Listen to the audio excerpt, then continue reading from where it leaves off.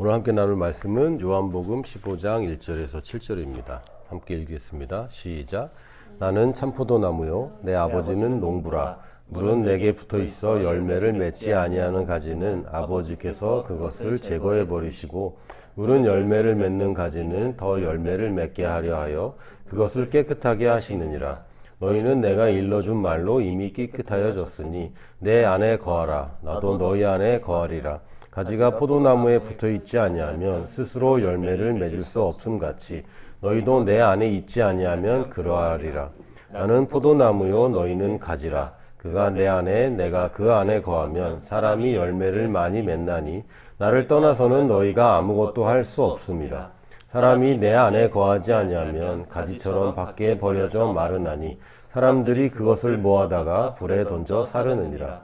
너희가 내 안에 거하고 내 말이 너희 안에 거하면 무엇이든지 원하는 대로 구하라. 그리하면 이루리라. 아멘. 저희가 지금 하나님의 선하신 뜻, 또 기쁘신 뜻, 또 온전하신 뜻에 대해서 연말에 좀 나누려고 하는데, 지난주에 기쁘신 뜻에 대해서 특히 성장에 대해서 나눴고, 오늘 좀 이어서 성장에 대해서 좀 말씀을 나누고자 합니다. 예수님께서 비유로 포도나무와 가지 얘기를 하셨는데, 실제로 한국 사람들이 포도나무 잘 모르더라고요. 포도나무 직접 본 적 있으세요? 다들? 통상적으로 나무처럼 좀 안 생겼잖아요. 약간 덩굴 느낌이라고 그래야 되나? 포도나무가 우리가 생각하는 그냥 침엽수나 화렵수 같은 나무는 아닙니다. 그래서 이 나무와 가지가 굉장히 좀 특이한 케이스인데, 이 가지들은 사실 열매를 안 맺으면 아무짝에 쓸모가 없어요. 아무 쓸모가 없어서 정말 쓸데없는 그런 가지가 됩니다.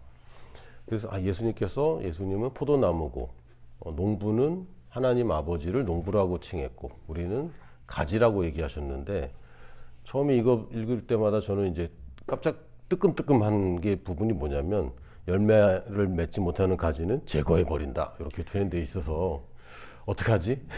제거당하는 거 아닌가? 라는 이제 그런 생각도 가끔 들기도 합니다.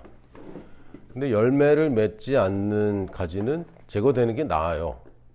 그게 붙어 있어봤자 아무 소용이 없습니다.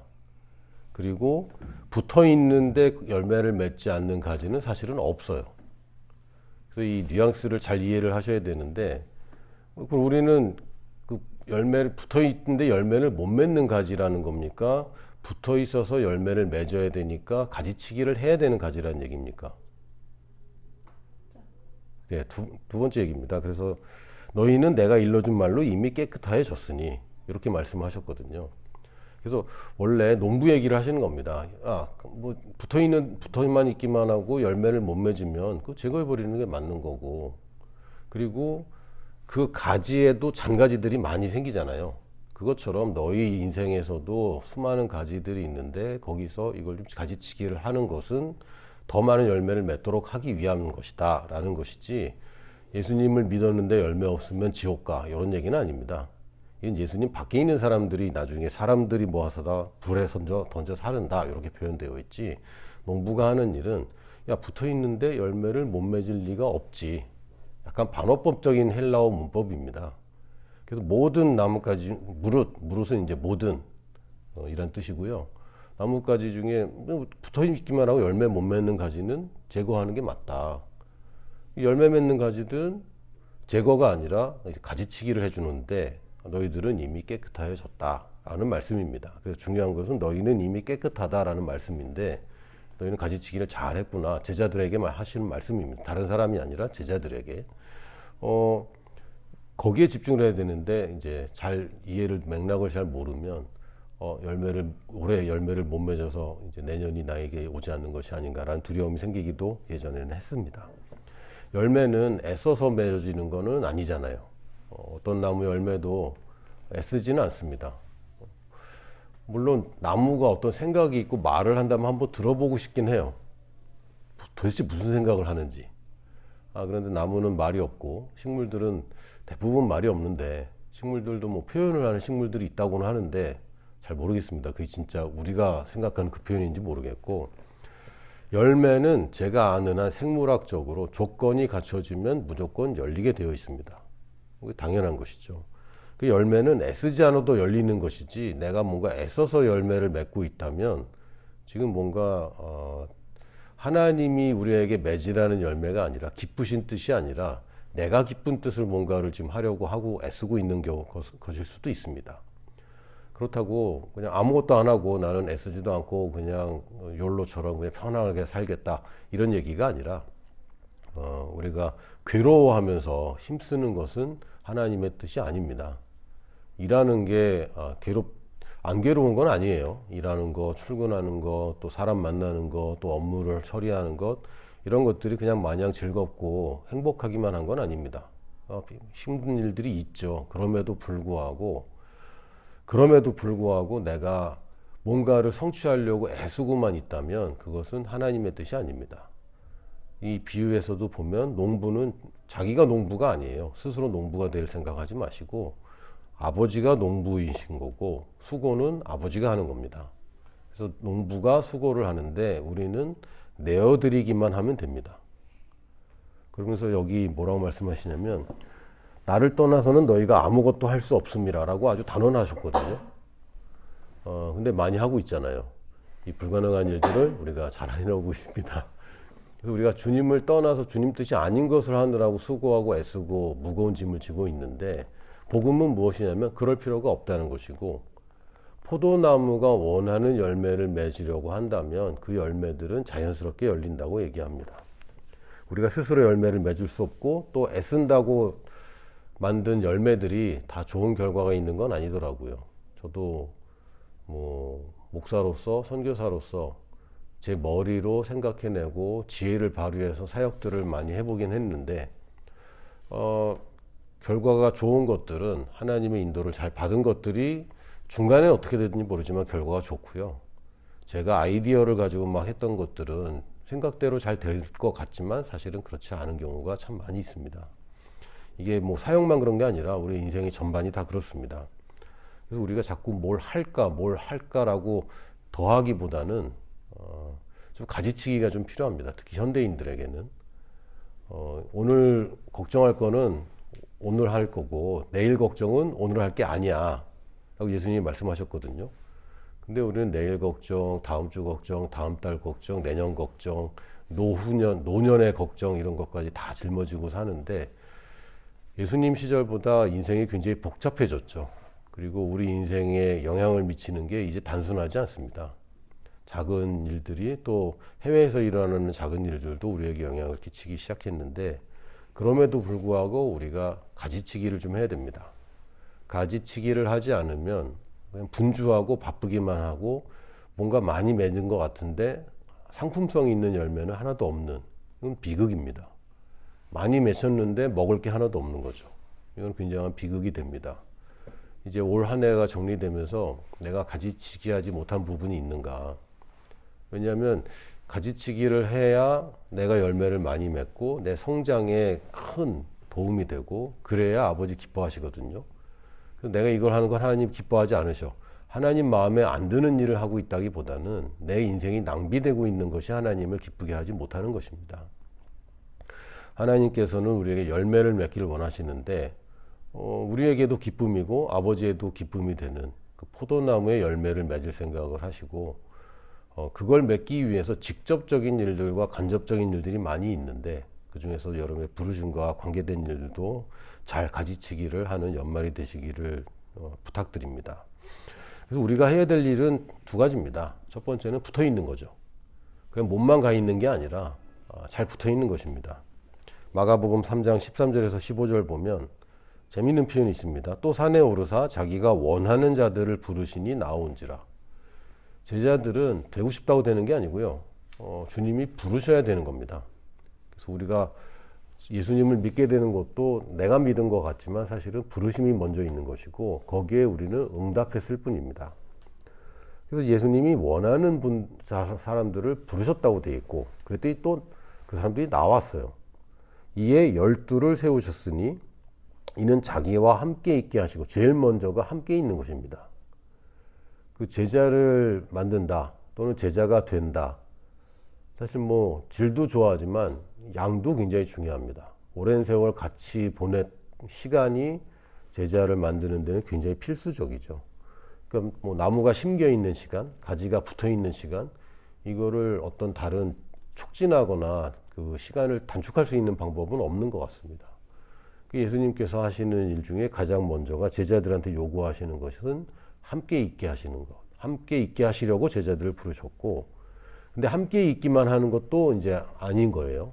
또 보내사 전도도 하며 귀신을 내쫓는 권능도 가지게 하려 하심이라. 저희 교회 이름이 이제 보내는 교회인데, 사실은 이 마가복음 3장 14절에 있는 말씀에 보내사, 여기서 이제 따온 겁니다.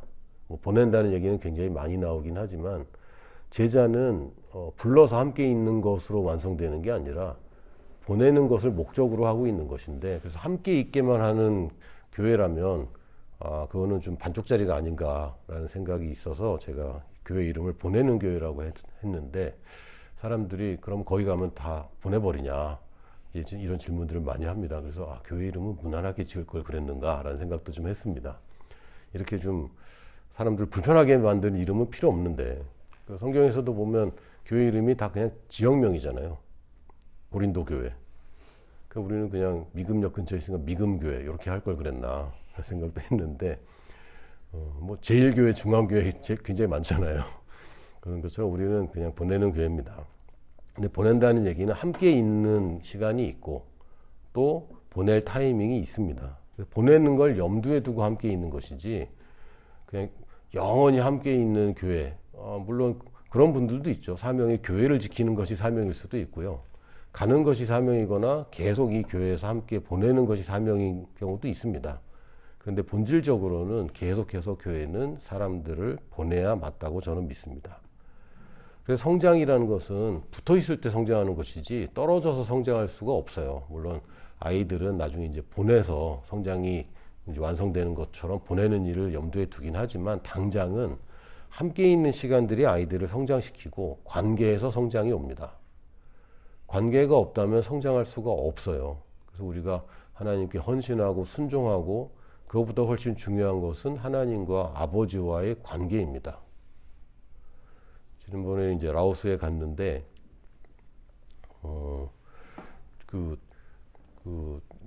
제 큰아들을 10년 만에 보신 분들이 있는 거죠. 그분들이 보면 이제 깜짝깜짝 놀라는 거예요.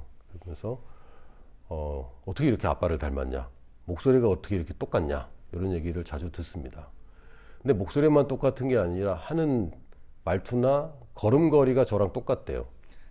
그래서 이 신체 구조상 이런 것인가 아니면 이것까지 닮는 것인가, 제가 굉장히 패닉에 빠졌습니다. 내 걸음걸이는 안 닮았으면 좋겠는데, 근데 함께인 시간이 길면 길수록 아버지가 하는 얘기를 하고 있고, 저희 애들이 이제 교회에서 듣는 얘기가 있습니다. 김상현 목사 하는 것처럼 얘기한다, 뭐 이런 얘기를 듣는데, 그럴 수밖에 없죠. 오랫동안 관계이기 때문에 사고 방식이나 가치관이나 심지어 말투까지 이제 비슷해집니다. 그럴 때에 이제 우리가 성장을 하게 되는 거죠. 우리가 어디에다 시간을 보내고 있는가, 세상적인 것에 시간을 많이 보내고 있다면 우리가 성장하지 못합니다.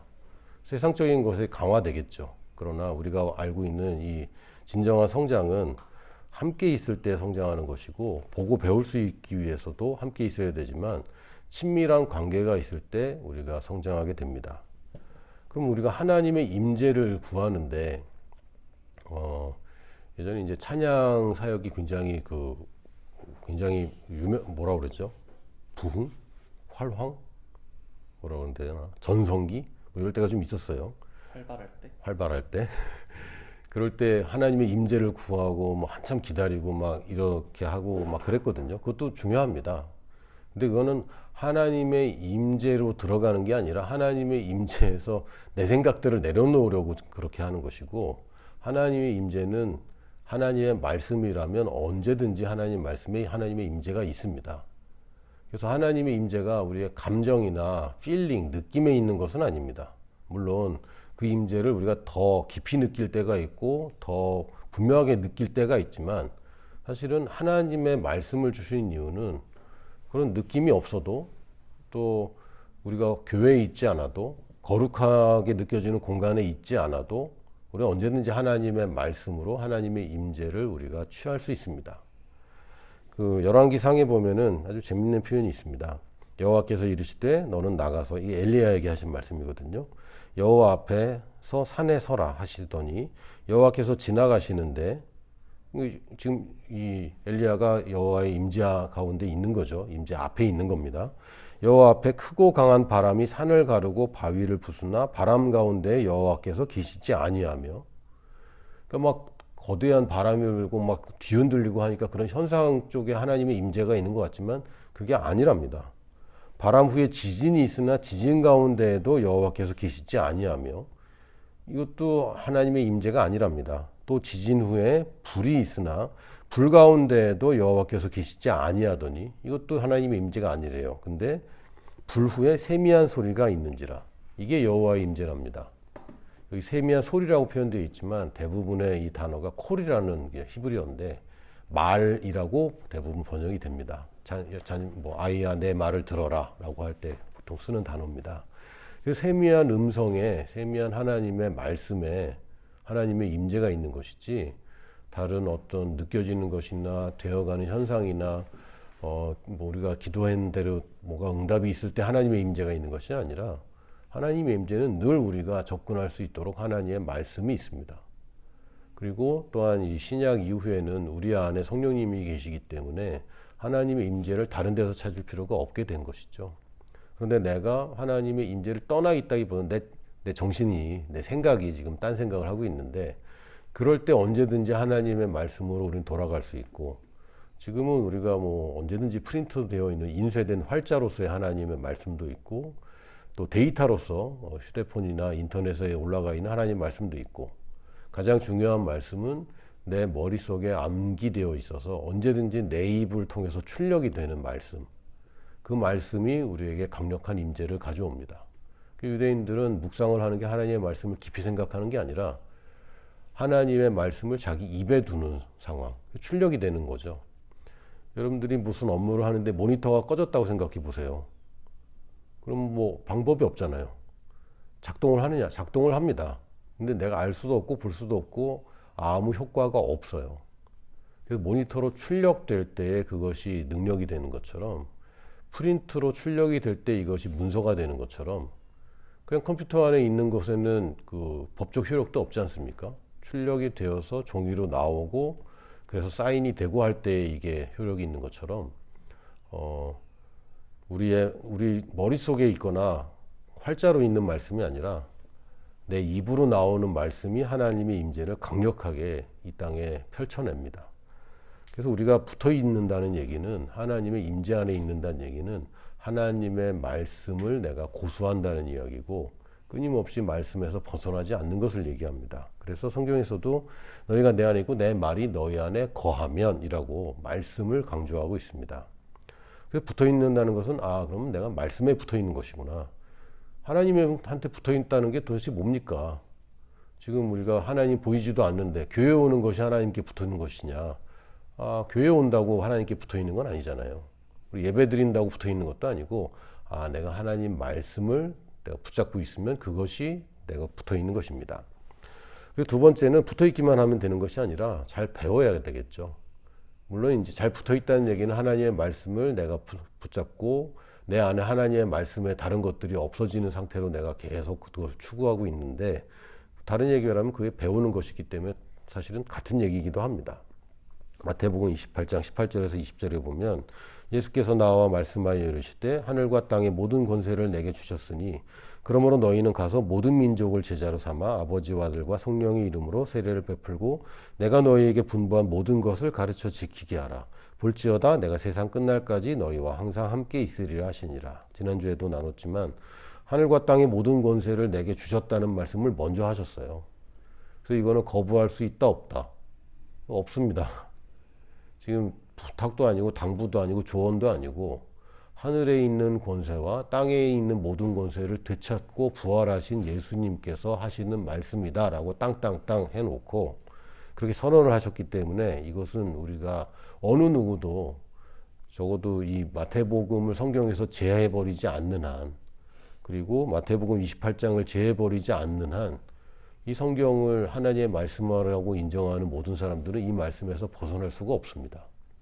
너희는 가서 모든 민족으로 제자를 삼아 아버지와 아들과 성령의 이름으로 세례를 베풀고 내가 너희에게 분부하니라고 번역되어 있지만 사실은 명령한 모든 것을 가르쳐 지키게 하라. 볼지어다 내가 세상 끝날까지 너희와 항상 함께 있으리라 하시니라. 모든 것을 가르쳐 지키게 하는데 우리가 집중을 하는데 이 가르쳐야 되는 것 중에 하나가 뭐냐면 방금 말한 제자 삼으라는 것까지 가르쳐야 됩니다. 그래야 재생산이 되는 거죠. 그래서 우리가 단지 예수님의 가르침이라고 해서 사복음서에 예수님 부활 전에 가르치신 산상수훈만을 가르치는 것은 제자 만드는 것이 아니고 제자를 만들도록 하는 것까지가 제자 삼는 것입니다. 다시 얘기하면 우리가 예수님을 보고 따라하고 배우는데 우리가 맺는 열매는 우리의 열매들이 또다시 열매를 맺는 것까지 상정하고 하는 것이죠. 함께 있는 것은 보내는 것을 전제로 함께 있는 것인 것처럼 우리가 제자가 되는 것은 제자를 만드는 것까지 포함해서 제자가 되는 것입니다. 그래서 다 열심히 신앙생활하고 교회를 잘 섬기지만 제자 만드는 데 관심이 없는 분들을 제가 많이 알고 있습니다. 교회도 오래 다녔고 그러나 교회 봉사도 많이 하는데 제자 만드는 것만 안 하시는 분들 혹은 못 하시는 분들 많이 알고 있습니다.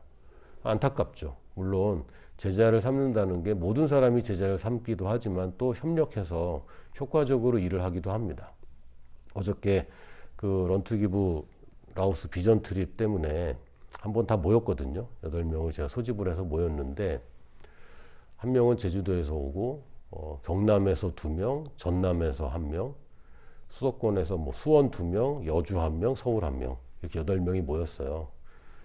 다들 처음 보는 애들인 거죠, 서로. 그래서 모였는데 이제 밥을 해먹기는 너무 어려우니까 이제 주문을 하고 뭐 이렇게 하느라고 제가 원래는 그냥 8명 정도는 내가 혼자 할 수 있어라고 생각하고 이제 혼자 하려고 했는데 8명이 밥 먹고 치우고를 내가 하는 동안 애들은 방치가 돼 있을 거잖아요. 그래서 아무래도 좀 그건 아닌 것 같아서 동수한테 좀 부탁을 했습니다. 그래서 동수가 멀리서 와서 차를 가져오는 전에 또 대중교통으로 왔더라고요. 그래서 제가 아이들하고 얘기하는 동안에 동수가 다 치워주고 설거지도 해주고 찬물에 어리석게도 식기세척기가 있는데 그 지식이 없으면 어려운 거예요. 그래서 열심히 도와주고 그러고선 이제 간 거죠. 4시간 반 정도 이제 일을 해주고 갔는데 너무너무 고마운 거예요. 본인 앞에서는 내가 얘기를 잘 못하고 어제 하루 종일 막 고마운 거지. 그리고 미안하기도 하고 막 그랬는데 그렇죠. 누군가가 뭐 사역을 잘할 수 있도록 간접적인 일들도 분명히 있습니다. 물론 회사에서 그 이익을 내는 것은 영업이지만 결국에는 그러나 마케팅도 필요하고 총무부서도 필요하고 다 필요합니다. 그런데 내가 제자를 삼겠다고 지금 하는 일인지 그것까지 생각이 없는 건지는 굉장히 다르죠. 그리고 재미있는 것은요.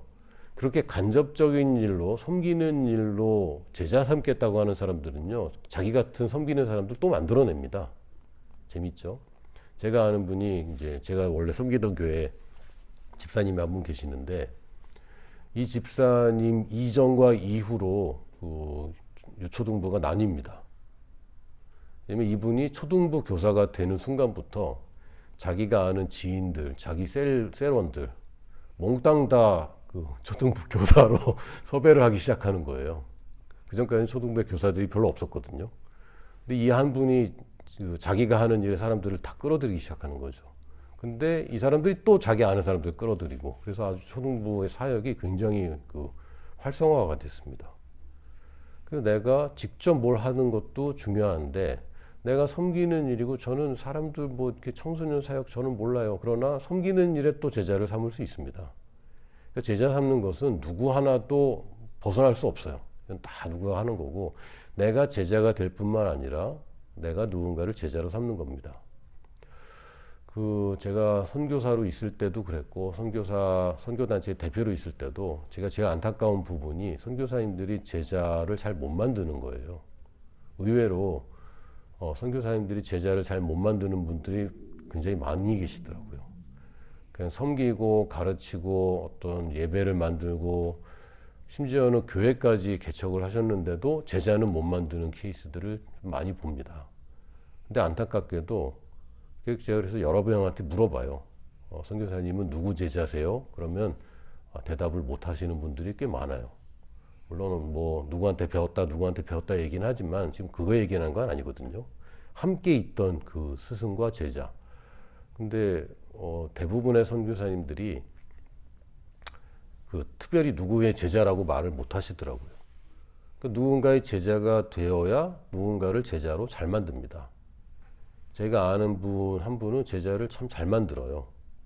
근데 가만 보면 이분이 자기가 섬기던 멘토나 스승님에 대해서 굉장히 긍정적인 사람이에요.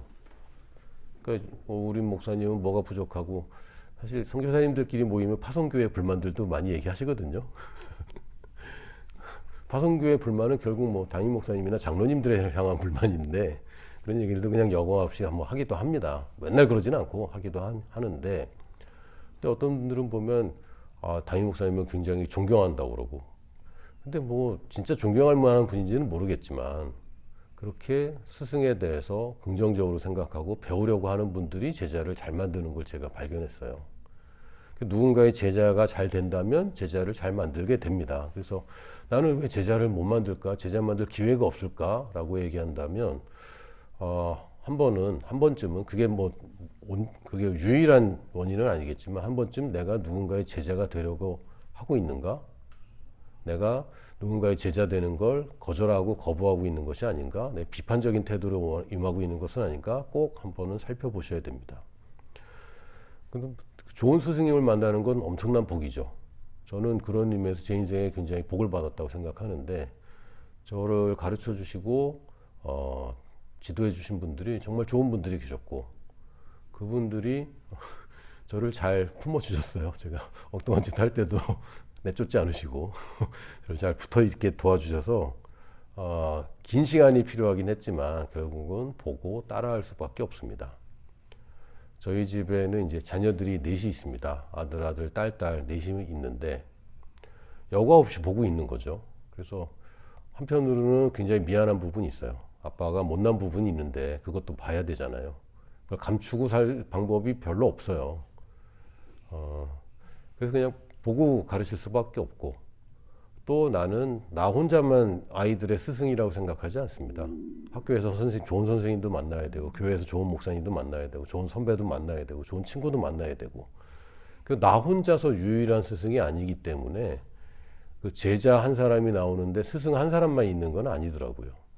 물론 이제 옮겨가기도 하고 같이 하기도 하고 하는데, 내가 누군가의 제자가 된다는 것은 그럼에도 불구하고 내가 배우려는 태도를 가지고 그분의 권위를 인정하고 잘 배울 뿐만 아니라, 그래서 나도 제자를 키워야 되겠다. 요게 우리의 성장을 완성시킵니다. 내년에 이제 동수 가은 부부가 이제 출산을 하게 될 텐데, B 씨는 비포 차일드입니다. 애가 있느냐 없느냐. 굉장히 다르죠. 굉장히 달라서 아이가 있으면 그때 이제 아빠가 준비가 돼서 아이를 갖는 게 아니라 아이가 생겼기 때문에 아빠로 성장하게 됩니다. 그래서 제가 네 명의 아이들 중에 가장 미안한 애가 누구겠어요? 큰애가 제일 미안하죠. 왜냐면 제일 미숙했거든. 처음이었고.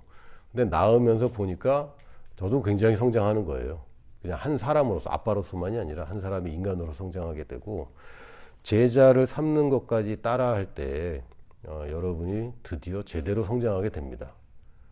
그래서 이것이 하나님이 기뻐하시는 뜻이에요.